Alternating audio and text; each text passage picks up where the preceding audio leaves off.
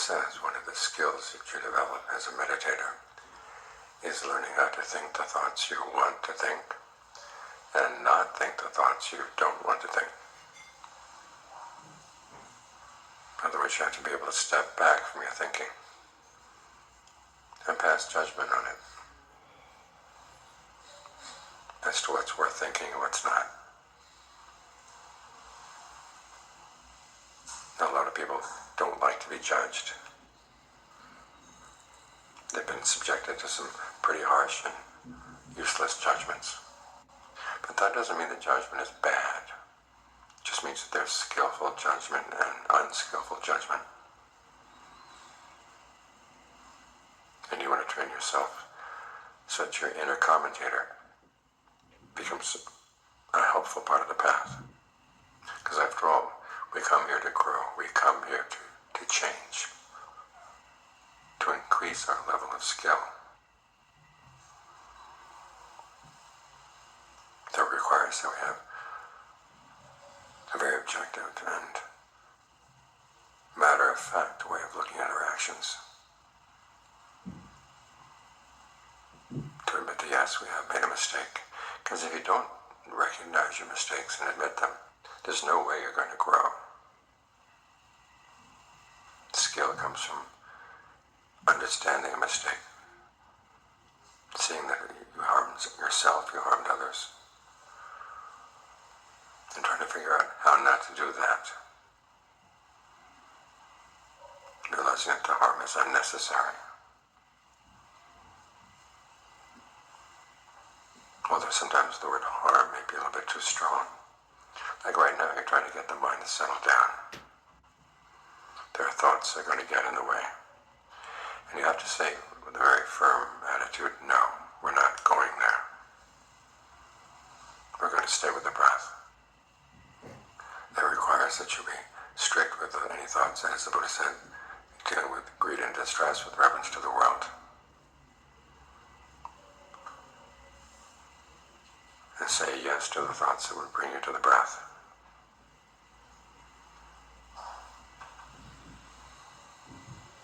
If you find yourself slipping off, you have to come back as quickly as you can. And be extra vigilant to see why was it that the mind was able to slip off. You made the intention to stay with the breath. What happened?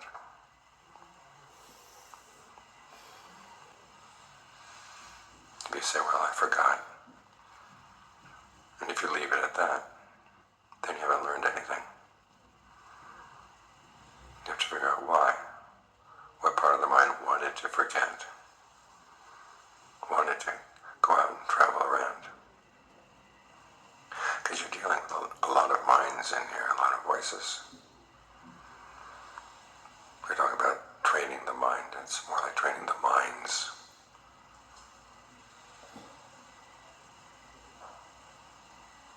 So on the one hand, you have to be strict with anything that wanders away. And you have to encourage the thoughts that would like to stay. And use your ingenuity in staying. The Buddha talks about breathing in ways that are sensitive to rapture, sensitive to pleasure.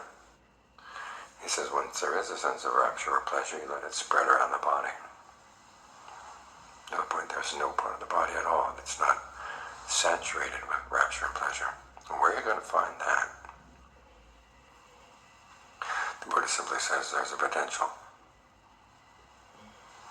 He recommends that you bring the mind in a good mood to the meditation. Think about the ways in which you've been generous. Think about the ways in which you've held to the precepts. Think in any way that helps you feel confident that you're doing something good here and that you're capable of doing it. But that attitude has to be confirmed as you get the mind to settle down. This is why John Lee's instructions are so helpful. He talks about the breath energy in the body and ways you can manipulate the breath. In long, out long, in short, out short. In long, out short, in short, out long. Heavy, light, fast, slow. deep or shallow, broad or narrow. There's a lot to play with here. And as you play with the breath, it makes it more interesting. Simply in, out, gets pretty dull after a while. And the mind's going to find an excuse to slip away. But if you pose some questions in the mind, and then try to answer them by being observant, that makes it a lot more interesting. It engages you. So you've got to use some techniques, you've got to use some strategies to get the mind to want to stay. And over time you find that what works for you. We start with the John Lees instructions on where to start with the breath, the back of the neck, down the spine, down the shoulders, down the arms. But after a while you can get a better sense of what works for you. Some people find that starting at the navel is easier because the breath energy, the movement of the body there is easier to observe. So you start there. The important thing is that you work through the whole body, loosening up any patterns of tension, any sense of blockage, so the breath energy can flow freely. And when the breath energy can flow freely, then when a sense of pleasure comes into the breath, it'll flow along with it. Sense of fullness, because that's one of the ways of translating piti, what that we usually translate as rapture. You can translate it as fullness. Sense of fullness.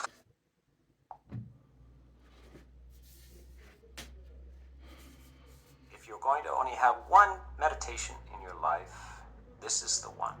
This is the awakening mode of the Buddha, night of his enlightenment, and what he continued with the rest of his life, even after his enlightenment. So this is also for ordinary people. I've been doing it for the last 35 years, and as a central practice for emotional development. See, this is very important. Emotional development, not just mental clarity, but emotional development. This, as a single technique, is one of the most profound psychological tricks that you can use. So, first of all, we shouldn't make too much complexity of this. This is relatively simple. What we want to notice to begin with is the experience of inhalation and exhalation, and where you experience it. There are different schools of this, but I'm going to give you my preferred version, and that is that on the inhalation, you feel the breath as cool in the nasal cavity. You feel it on the inhalation cooling. On the exhalation, you feel it at body temperature or warmer than the inhalation. And that's helpful for you to attach to the experience of the change of temperature. You want something that your mind can find its way to. So there's the texture of the breath as it comes through the nostrils into the nasal cavity. The nasal cavity is more or less a room in your head. This is a very subjective experience. It's not science or objective. The nasal cavity, as you experience it, is room size. It's very expansive in there. Imagine you're sitting in a cave and the air is blowing in the mouth of the cave, past you, cooling you, goes back into the cave, and somehow it comes back out at body temperature. Notice that the spaciousness of the area that you're focusing on, and the temperature changes between cool on the inhalation and warmed on the exhalation. This is just an assistance for you. The original teachings also asked you to notice whether the breath is short or long on the inhalation and the exhalation, short or long. So this is natural breathing. Obviously, you're not controlling it. You're just noticing it, that it's short or long. The Buddha is just trying to give you something to establish your mind on. So it's even called a foundation of establishment for the mind. Now, this breath is cooling and spacious, and you want to enjoy this. This is not a exercise to test your patience or anything of the sort. So this is what you want to do, is enjoy yourself. Smiling into it and enjoying yourself. This is a relief. This is a vacation from the ordinary preoccupations of the world, and you're going to be refreshed by this experience. So breathing in, cool breath, exhaling, warm breath.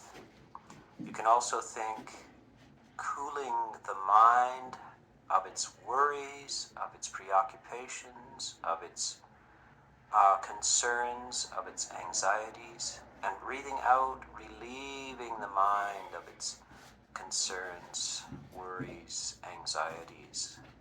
This is an emotional structure that we're working with here. So as we do this, we start to establish this airiness. Breath meditation is really air element meditation. That should be kept clearly in mind. When you step out of a crowded meeting room or a party onto a balcony and the spring air blows across your face, most people close their eyes and sigh with the refreshment of that air. That's the spirit of this breath meditation. It's a sense of relief and refreshment. So we want to feel that the experience of the air is completely filling the head. The nasal cavity is very large, and in fact, the whole inside of your head feels empty, like an empty room, with the windows open. The air is blowing through. Now, once you establish that cool, open, airy experience, the thought processes, your memories, your concerns for the future have dropped away. You're not distracted. You're enjoying yourself here and now. And now you want to suggest to yourself the raising of joy, of gladness, of well-being. This is an induction, so you're not waiting for something to happen. You're not a mere observer of the change of the mind. You're inducing something. You're bringing it into existence. You're enjoying yourself, filling yourself with joy and ease, so that you want to stay there indefinitely. If it lasted forever, it would be too short. So this is the next stage. It is emotional training. You're teaching yourself how to flood joy into the system. If you can do this, it's retirement with a small pension. You're no longer so dependent on finding joy in the world of the senses, of sights and sounds, smells, tastes, touches, and ideas. You now have a source closer to home. You're able to produce it autonomically from the self. You can produce this well-being. This is the nature of breath meditation. If you succeed, then I want you to try to reduce the activity and even refining the joy towards tranquility, deep serenity, as if late afternoon is turning into evening and the stars are coming out over the ocean, and you're feeling a profound sense of stillness sweeping through, filling your whole body. Your entire body is involved with this now.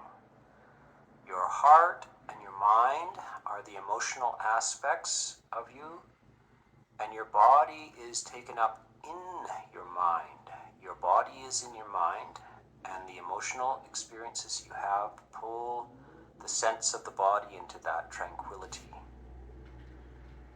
This is to be developed and cultivated and induced. Think about this word induction.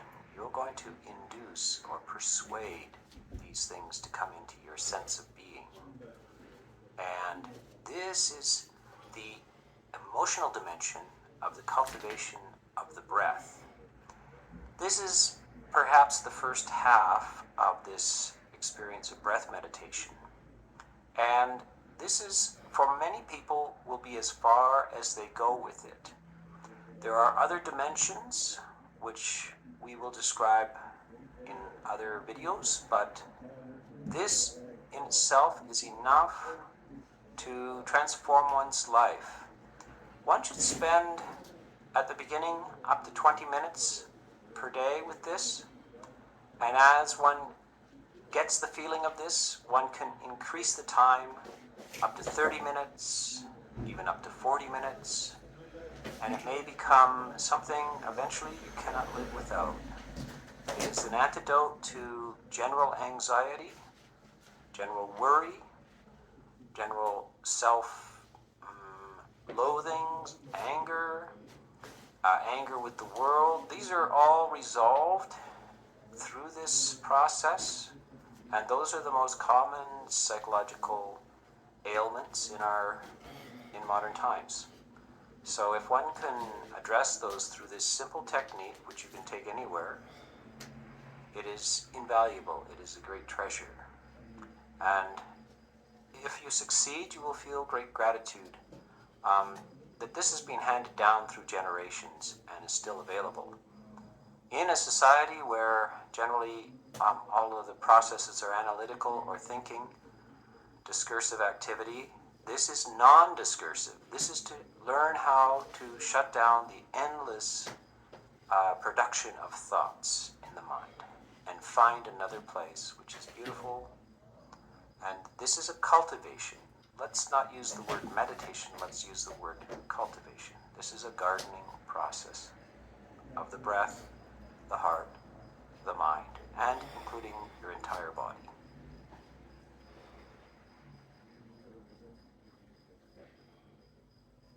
Previously, I talked about the techniques of breath meditation, how to approach it, watching the duration of the breath, long or short, and gravitating to rousing emotional conditions. I want to talk about the aim of this exercise. Quite often it's taught as an exercise in mindfulness. This particular approach that I'm advocating is beyond mindfulness. And this is where the Buddha wanted us to go. Mindfulness is the seventh path factor of the Eightfold Path. We want to push on at least to the beginning or the doorway to the eighth. The eighth factor is the divine. You're stepping into another type of consciousness which is removed from dependency on the world around you, which you experience through sight and sound, smell, taste, touch, and through discursive ideas. This is the point. We want to go into a different type of consciousness where you can experience profoundly beautiful emotional states which are not dependent on the circumstances around you. And if breath meditation is not cultivated this way, then its purpose, its aim has not been achieved. There are aims beyond this as well, but we need to introduce the idea of true samadhi. I don't want to translate the word samadhi as concentration. It just doesn't work. But profound ease, rapture, divine consciousness, these are all more appropriate than concentration. So what we're aiming for here is to exclusively let go of our memory structures. There is no past involved here. You're not analyzing your life. You're not remembering your life. You're not learning lessons from your life. You're not thinking about the future. You're not trying to gladden your mind through positive thoughts about your future. Neither the past nor the future are involved in this. Strictly and exclusively, there is this contact with air. But this experience of air is subjective. It's not objective. Air in the sense that you are going to become enwrapped in the air. You're going to become, like they would say, a poet might say, light and airy, pervasively full of lightness, coolness, of air.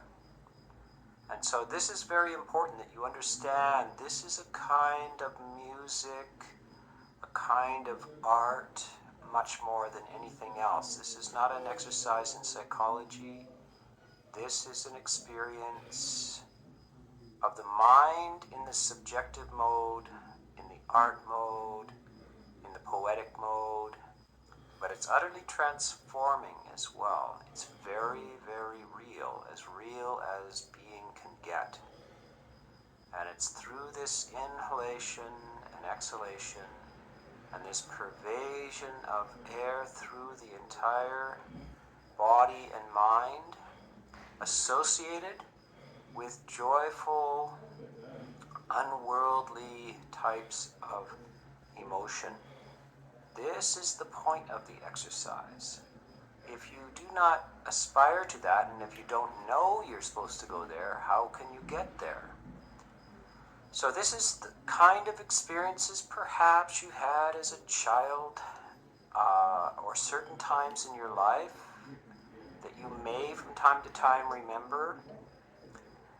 These are special, transcendent moments. We want to have more of them, and we want to know how to do this again. We don't want to leave it to chance. We want to be able to create that beautiful, transcendent condition of consciousness which involves all of you, especially your emotional field. When the Buddha talks about the factors that are involved, he's very brief, but he explicitly talks about joy. Joy, interest, energy have to be present. He's not at all interested in discursive activity, reflection on the past or the future. That's absent, but joy, interest, beauty is present. And included in this beauty and this joy is your body. The other aspect that he is very specific about is that your entire body is relieved, or not simply neutral, but actually full of positive feeling. So these two things are critically important.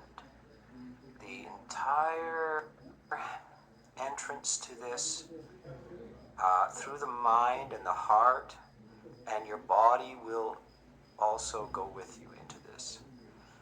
There's one last factor that's, if you're a text reader, you will have come across before, and it's usually translated as one-pointed. It's a very unfortunate translation. Sounds like laser-like concentration or something, but really no. It's oneness. It's the absolute oneness with the experience. This is what you experience maybe when you're a teenager in love, embracing.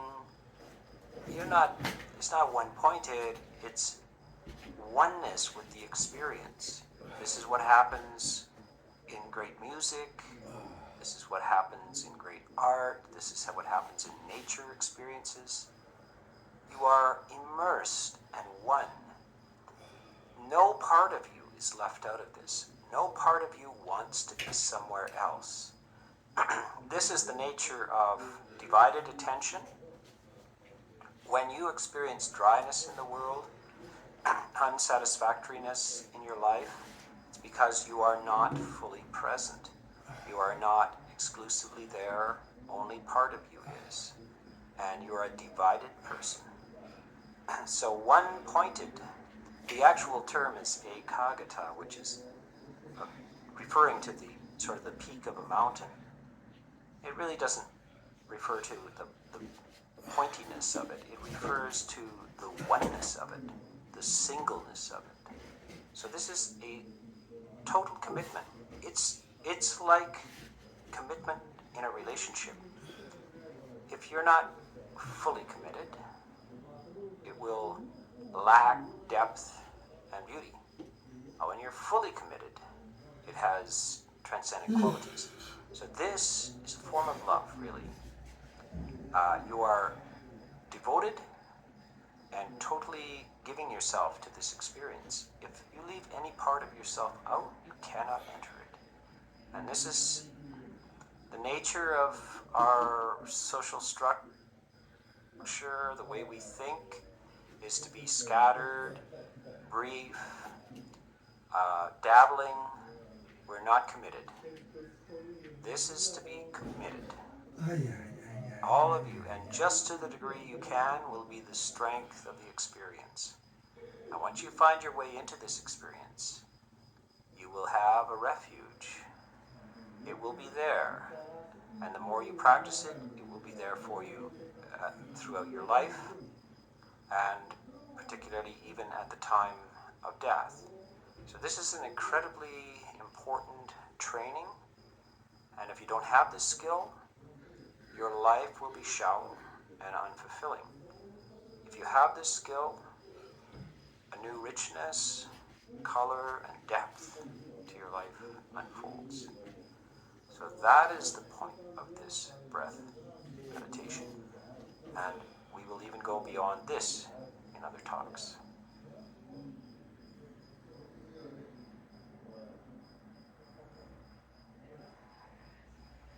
Breath meditation is not complete until we talk about the possibilities of supernormal states which accompany this. Success in breath meditation enters into the 8th factor of the path, and that path factor is supernormal. I'm trying to use English words rather than the Pali words as much as possible, but this type of meditation is not simply mindfulness meditation. Mindfulness meditation is the bridge from correct effort, or the perfection of effort, and the sign of success of correct effort and the technique of mindfulness is that it arrives at the 8th factor. And the 8th factor is Sama Samadhi. I have in previous talks talked about trying to define this word samadhi and avoiding the normal English definition of concentration. Now, what we need is closer to serenity or rapturous serenity and clarity of mind. So, if mindfulness is successful, it arrives on the doorstep of the 8th factor. And this is not something that technically you sweep through your mind and assess. This is known directly by the emotional impact of the condition. If it's not clear to you and profound to you that you have entered into a very beautiful experience, then your idea of samadhi, of jhana, is not adequate. And there's a long tradition, and this is probably for intermediate to advanced meditators. You will have come across the Pali word nimitta, variously translated as sign or even image. It is a very easy way to go wrong, to misunderstand what this nimitta is. This is supposed to be a mark which defines the success of samadhi, of the attempt to attain jhana. If this sign is given too much importance, and especially if it's misdirecting you, then it can cause a whole lifetime of frustration. So I've spent quite a bit of time exploring what the definition of this nimitta is and its importance. I would say, if you, for a simple, straightforward answer, stay with the 5 jhana factors of the first jhana as a definition of jhana. They are the sign of jhana. What are they? Applied and sustained attention, sometimes translated as thinking, but it's better in the case of breath meditation, you're not thinking. So it's applied and sustained attention to the object of breath, accompanied by the emotion of joy, of gladness, verging on rapture, and the body is also free of pain and may experience pleasure sweeping through it. The last factor is this singleness, wholeheartedness, complete engagement. Variously translated also as one-pointedness, which is not a good translation. It makes you just furrow your brow in wrong type of strained effort, when none of the jhana is involving strained effort. If there's any strain, then you have not achieved this state. So the misdirection is in using another idea about this nimitta of light appearing. As your eyes are closed and you're endeavoring to do the breath meditation and your mind is calming, that somehow a light starts to appear, and it's described in various quite obscure ways. I would say that you can safely ignore lights that appear. Breath meditation is not a visual meditation. There's no element of sight to it. And so it is completely and exclusively of the experience of touch, and specifically the touch of air, and all that implies. The air is cool and light, and one is taking on this coolness and lightness psychologically and bodily. There is no element of which is of any importance in the visual spectrum. So it's very easy to spend years hoping or wishing or trying to create some sort of light image while you're doing breath meditation. Light images do arise. It's a very common psychological experience in heightened experiences, intense experiences, sort of an excessive glow or light in the sort of psychological dimension of vision. But it's not important or the characteristic. It's very clear. One reason we know this is that the Buddha failed to mention it in his instructions for breath meditation, but he does clearly mention the first 5 jhana factors. These are unmistakable. They're unmistakable only, though, if you do know what joy is. And some people, it's been a long time since they were joyful. And so sometimes they actually have to ask themselves, am I having fun yet? Am I enjoying myself? Is this what joy is? Really, if you have to ask, it's not good enough.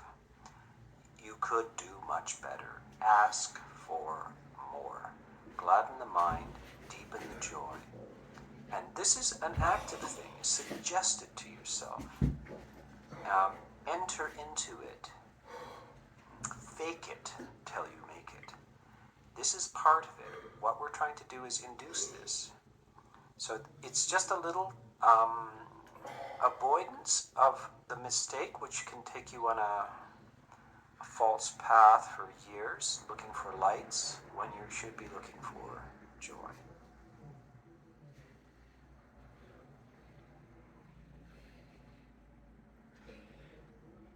is the relationship between breath, and especially in the samadhi form, and vipassana, the reflective, contemplative practice?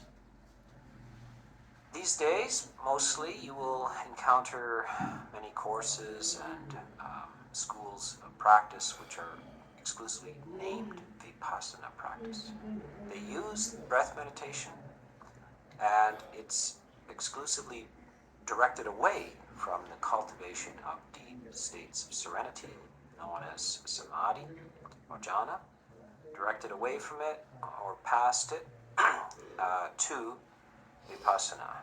Vipassana just means, in a simple way, to see clearly. It's very nice when we undo these terms and unpack them and bring them into English, because all of these things are in English and they have various shades and colors to them. So when we use the word I see clearly, then we're talking about vipassana. And so there is no disjunction between samadhi, that is serenity practice, deep, delicious, and joyful samadhi, serenity, and seeing clearly. Generally speaking, though, people should, if they want to follow this particular direction, they should spend more time cultivating samadhi and not rush on, not feel that they're not doing their job, that they're somehow taking a holiday in samadhi. There is no holiday in samadhi. Samadhi is something which has power in itself and opens up the mind to its deeper possibilities. There are parts of our mind which are generally concealed from us, mostly because we're a little bit excessively active and we are skating on the surface of our consciousness. So notice what happens if you go and sit quietly by a lake for a few hours. You might start reflecting on your life. New ideas come to you. Maybe a tune comes up, or an idea for a book, or a new approach to your relationship troubles comes up. Why does it come up in the quiet on a beach by the lake and not at other times? It's because the mind, the deeper mind, wants to speak to you. It wants to talk to you, but you are talking all the time. And so you're too noisy and distracted. And so the deeper mind waits for opportunities. Samadhi is to give the opportunity, the true, dignified opportunity for the deepest, wisest part of you to speak and to tell you about the nature of reality, important things about the nature of reality. If we keep talking and distracting ourselves, we can't hear our own wisdom. And so samadhi is a very important clearing house to allow the presentation of profound truths that will actually affect your life. Now, we've read wise things. How many times have we read the basic Buddhist diagnosis of reality as everything is impermanent, everything is substanceless, everything is unsatisfactory? And we nod. It seems to be a wise and grand thing to say, but it doesn't transform us. This is the thing. There is no samadhi there. It's not transformative because the deeper mind hasn't got a hold of it, turned it over, imbibed it, and being transformed by it. And that's because samadhi is not there. So I don't care how long it takes, if it's a week, a month, a year, a decade, several decades. If we do not go through this process of making the mind work at a different stage of consciousness, a super normal state of consciousness, you're not going to get the clarity of true seeing. The vipassana is not going to arise. And this is basically that I feel it's been skated over too quickly in many schools, and they must take more time and indulge. Now, this is an indulgence because it's a very beautiful experience as well. Samadhi is not work, it's reward. And it's the reward of the proper practice of mindfulness. It's the resultant of mindfulness. Mindfulness is not the end object. Mindfulness leads to samadhi. Samadhi leads to wisdom, which is another form of saying vipassana, or the rising of clear-seeing insight. So, the primary talk on breath, this series of talks on breath, is to bring you to the full understanding of the importance of samadhi, serenity, and the rapturous quality of this. And it is a benefit here and now. It is a fruit of the path. It is a profound enjoyment. It's something, I must say, if you attain it, congratulations, you're not normal anymore. And this non-normality is going to make you not normal permanently if it works well, because you're going to wise up and you're not going to fall for the illusions and delusions that normal people do, and which makes a ongoing tribulation and suffering of life. So this is the important relationship between this samadhi and vipassana, or shall we say, the delight of serenity, rapturous serenity, and seeing clearly.